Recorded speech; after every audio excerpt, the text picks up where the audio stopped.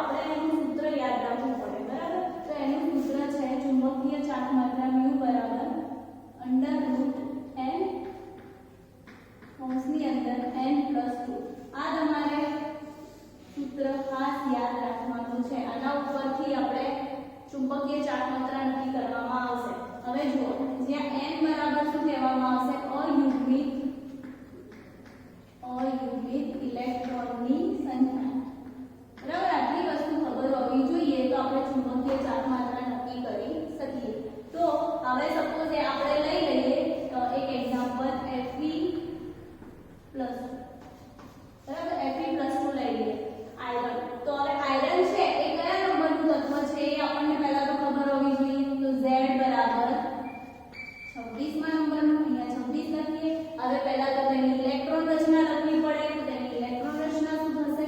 તો AR લખી દીધો એટલે 18 થઈ ગયા, બરાબર? હવે 4s હું પાછળ લખું છું જેથી એને આપણે પહેલા ખબર છે રિમૂવ ક્યાંથી કરતા હતા જ્યારે ઇલેક્ટ્રોન દૂર કરવામાં આવતો હતો ત્યારે.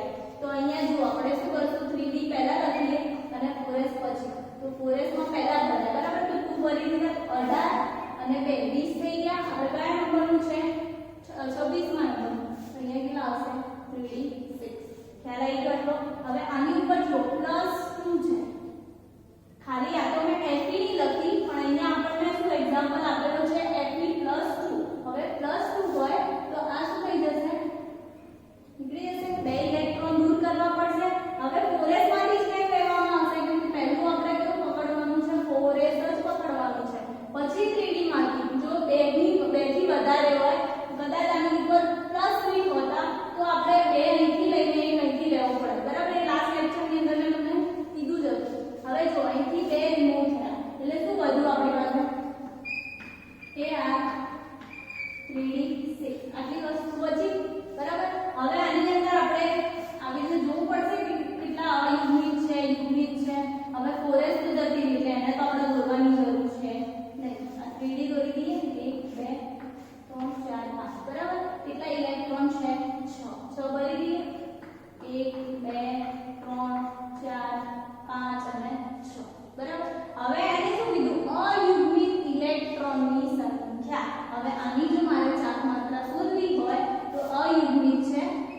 કેટલાય અયુગ્મિત છે? 1 2 3 અને 4. તો n બરાબર કેટલા થયા?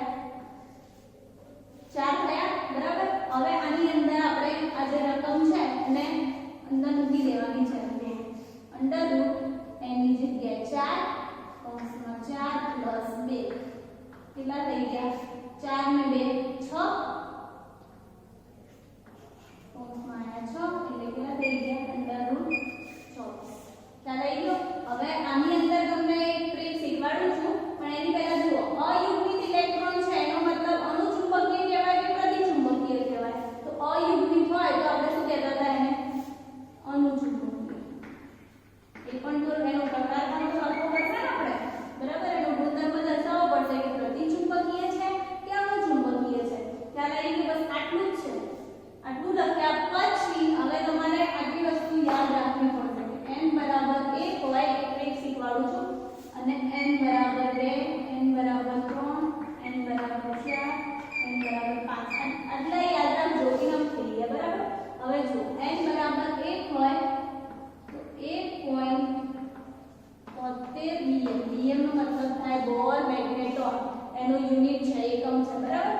હવે 2 હોય તો 2.82 બોર મેગ્નેટોન. 3.87 બોર મેગ્નેટોન. 4.89 બોર મેગ્નેટોન. 5.51 બોર મેગ્નેટોન. બસ આવી રીતે આટલું યાદ રાખવાનું છે તમારે. બસ, બરાબર? જો એમ તો નોર્મલ જ છે, ખ્યાલ આવી જશે. એક છે કે બધામાં જો 2 છે તો 2 3 છે તો 3 4 છે એટલે આપણે ખાલી પાછળની સંખ્યા મેં યાદ રાખવાની છે. જો કે તમારી પાસે કેલ્સી હશે તો વાંધો નહીં આવે, તમે ડાયરેક્ટ કરી શકશો. પણ આપણે કેલ્સી આપણને યુઝ કરવા ના મળી કોઈ જગ્યાએ, બરાબર? અથવા તો એક્ઝામમાં નહીં જરૂર તો આપણને આપે ના તો આપણે આ વસ્તુથી શોર્ટકટ ટ્રીકથી પણ લખી શકીએ અને ફટાફટ થઈ જાય, બરાબર? આટલી વસ્તુ યાદ રાખવાની. જો અહીંયા 73 છે, 82 છે, અહીંયા તો 2 2 નું ડિફરન્સ છે, બરાબર? જો અહીંયા 87 છે, 89 અને 91 તો આવી રીતે તમે યાદ રાખી શકો.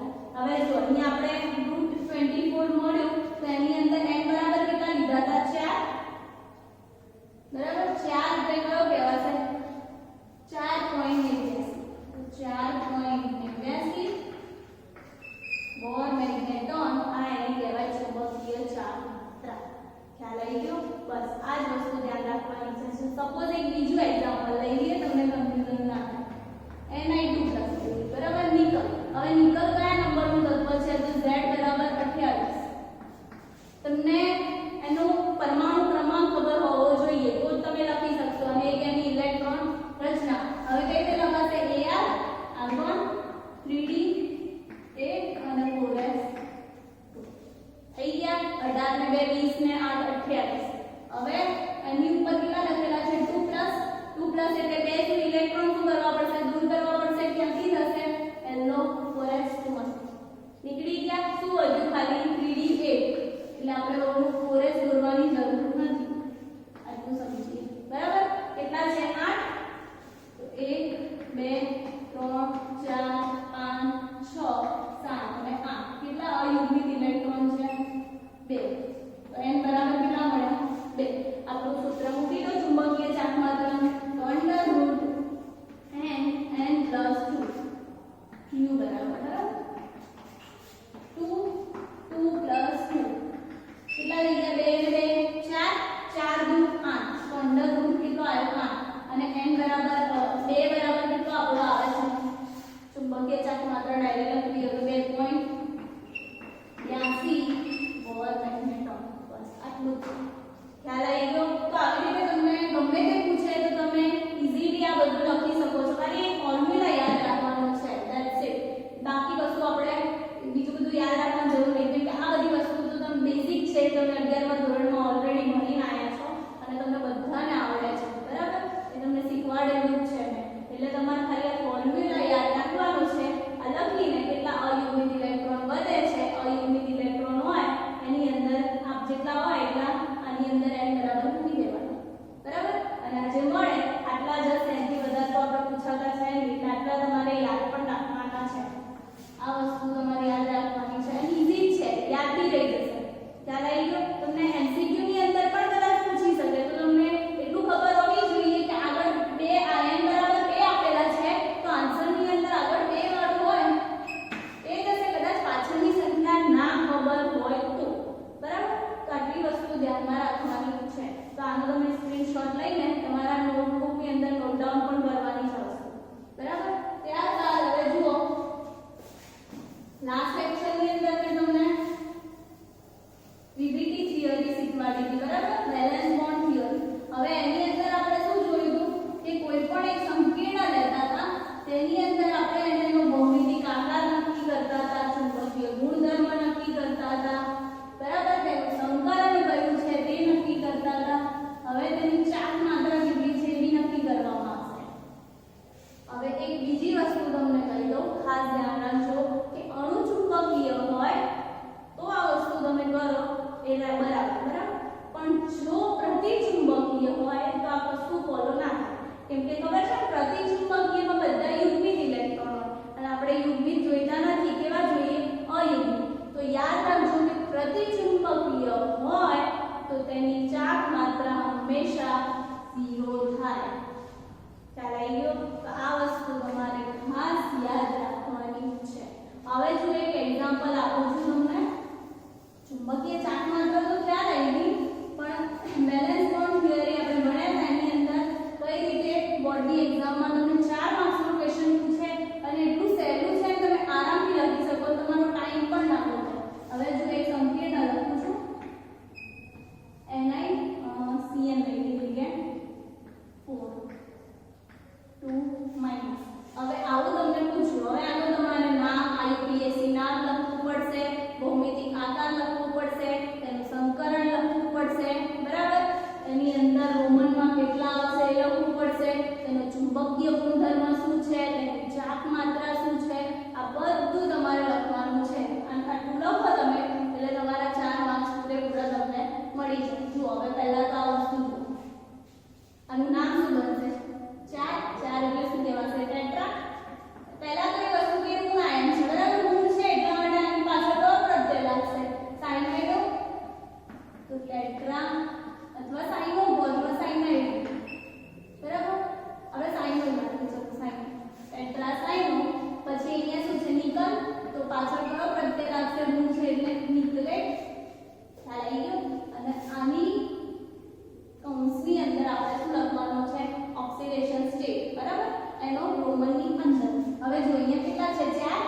એટલે 4 માઈનસ થયા, અહીંયા 2 માઈનસ છે, બેલેન્સિંગ કરો શું થઈ જશે, અહીંયા પ્લસ 2 થઈ જશે નિકલ ઉપર, બરાબર. તો અહીંયા શું થઈ ગયું, રોમન છે.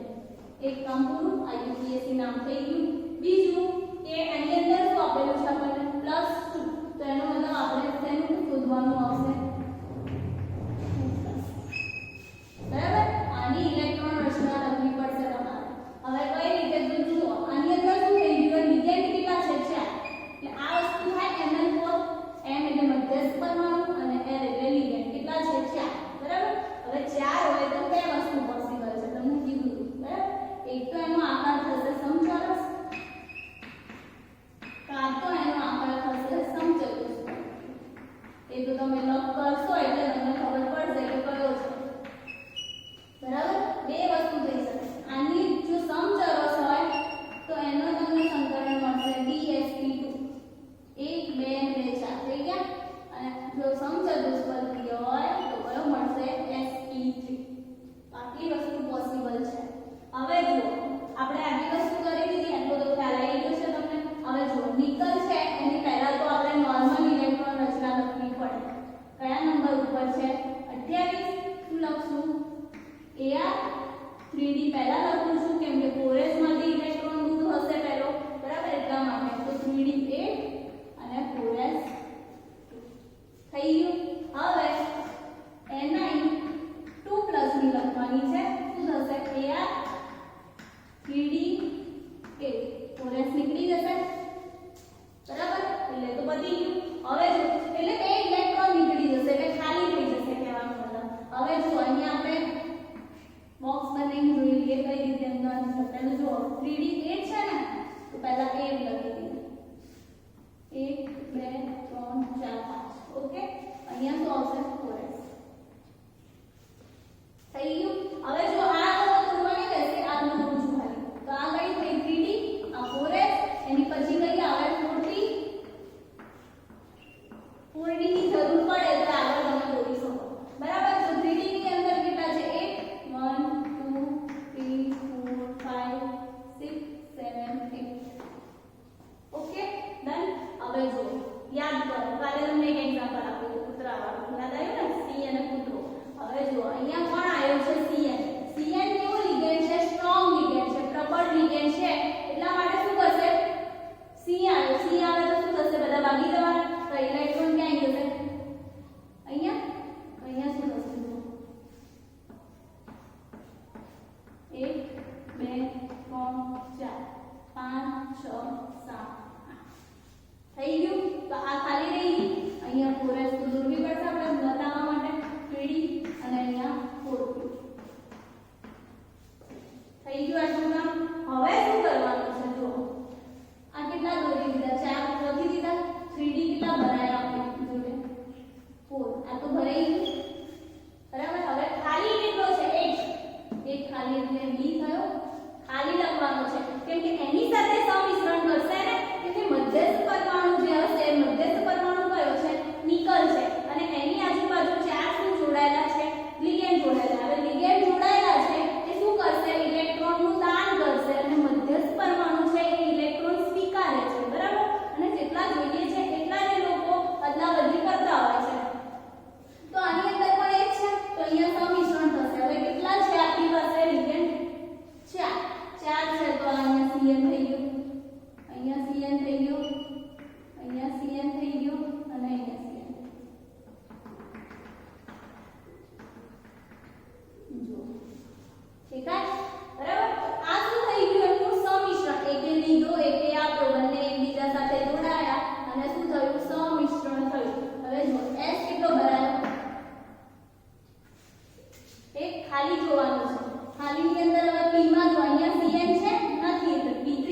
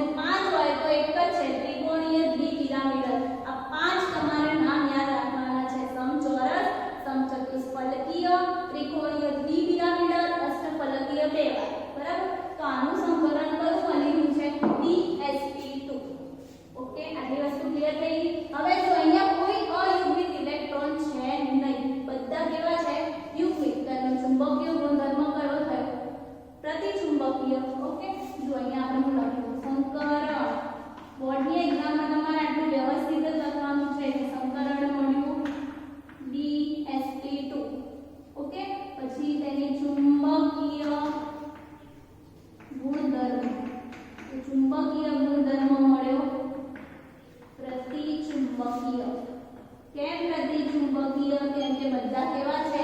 યુગ્મિત ઇલેક્ટ્રોન છે.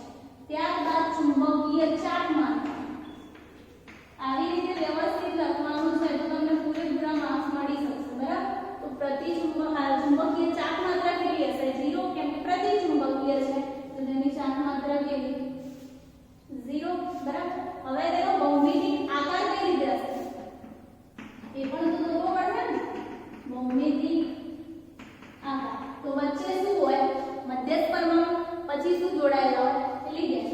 તો અહીંયા નિકલ છે, Cn Cn Cn અને Cn થઈ ગયું. અને બ્રેકેટની બહાર 2 છે એ બતાવવું ખાસ જરૂરી છે, બાકી ખોટું પડશે.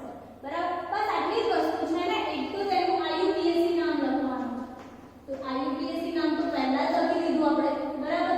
ત્યારબાદ એનો રોમન ઓક્સિડેશન સ્ટેટ ઉપરથી આ વસ્તુ લખવાની આવે. લખી દીધી. એના ઉપરથી આપણે શું લખશું? ઇલેક્ટ્રોન રચના. ઇલેક્ટ્રોન રચના લખીશું. ત્યારબાદ શું મળશે આપણને? Mn ક્વોલિટી ખબર પડી. તો બે વસ્તુ પોસિબલ હોય. કાં તો આ સંકરણ મળી શકે, કાં તો આ સંકરણ મળી શકે. બરાબર? કાં તો DsP2 મળી શકે અથવા તો sp3 મળી શકે. બરાબર? એ વસ્તુ ધ્યાનથી તમારે જોવાની છે. ત્યારબાદ આટલું કર્યા પછી એક એક ઇલેક્ટ્રોન એ કોના ઉપર ડિપેન્ડ કરે કે આપણી પાસે લિગેન્ડ જે છે એ પ્રબળ છે કે નિર્બળ છે. બરાબર? સિંહ છે કે કૂતરું છે એ વસ્તુ છે. બરાબર? તો એના ઉપરથી ઇલેક્ટ્રોન શું થશે? શિફ્ટ. જો લિગેન્ડ નિર્બળ હશે તો કોઈ ચેન્જ નહીં આવે. આ વસ્તુ ધ્યાન રાખજો. બરાબર? પછી એવું ના થાય કે તમે ક્લોરીન આપ્યો હોય અને તમે શિફ્ટ કરી દો. એવું કરવાનું નથી. બરાબર? જો પ્રબળ લિગેન્ડ હોય તો જ ઇલેક્ટ્રોન શું થશે? આગળ આવશે. બરાબર? તો અહીંયા થઈ ગયું. હવે આ બધા શું થશે? સમિશ્રણ થઈ ગયું. તો 4 એ થઈ ગયા. કેમ કે લિગેન્ડ જેટલા હોય એટલી તમારે ખાલી જગ્યા બતાવવાની છે. હવે એવો મતલબ નહીં કે અહીંયા P દોરેલો છે તો અહીંયા તમે Cl લખી શકો. લિગેન્ડ 5 નથી આપણી પાસે, 4 જ છે. ઓકે? ત્યારબાદ આટલું લખ્યા પછી આપણને સંકરણ મળી જશે. સંકરણ મળી જશે. અયુગ્મિત યુગ્મિતથી આપણને એનો ચુંબકીય ગુણધર્મ ખબર પડી જશે. ચુંબકીય ગુણધર્મમાં જે ખબર પડશે એનો પ્રકાર, એના ઉપરથી આપણને ચુંબકીય ચાર્જ માત્રા ખબર પડી જશે. જો અણુ ચુંબકીય હોય તો n બરાબર કેટલા હોય તેટલા લખીને તમારે પેલા ફોર્મ્યુલા પ્રમાણે એનો જવાબ લાવવાનો હતો કે કેટલો આવે. બરાબર? તો તમને હું શીખવાડેલું છે એના ઉપર તમે ડાયરેક્ટ પણ લખી શકો છો.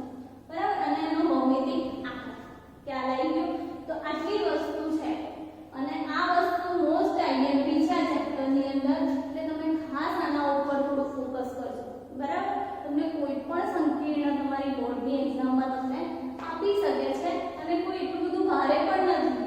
બરાબર? કે ઘણા બધા પેજ ભરવા પડે કે નોર્મલ જ છે. થોડું લખશો તો પણ તમને તમારા માર્ક્સ મળી જશે. ખ્યાલ આવી ગયો? તો આવી વસ્તુ તમારે પહેલા કરવાની છે. તો આજના જ લેક્ચરની અંદરથી આપણું આજે લાસ્ટ લેક્ચર હતું આ ચેપ્ટરનું. તો આજે આપણો આ ચેપ્ટર પૂર્ણ થાય છે. હવે જે નેક્સ્ટ લેક્ચર છે એની અંદર આપણે નવું ચેપ્ટર સ્ટાર્ટ કરીશું. બરાબર? તો આ વસ્તુ તમારે તમારા નોટબુકની અંદર નોટ ડાઉન કરવાનું છે અને તૈયારી કરવાની છે. અને તમે કોઈ બીજું એક્ઝામ્પલ લઈને એને જાતે લખવાનું ટ્રાય કરજો અને જો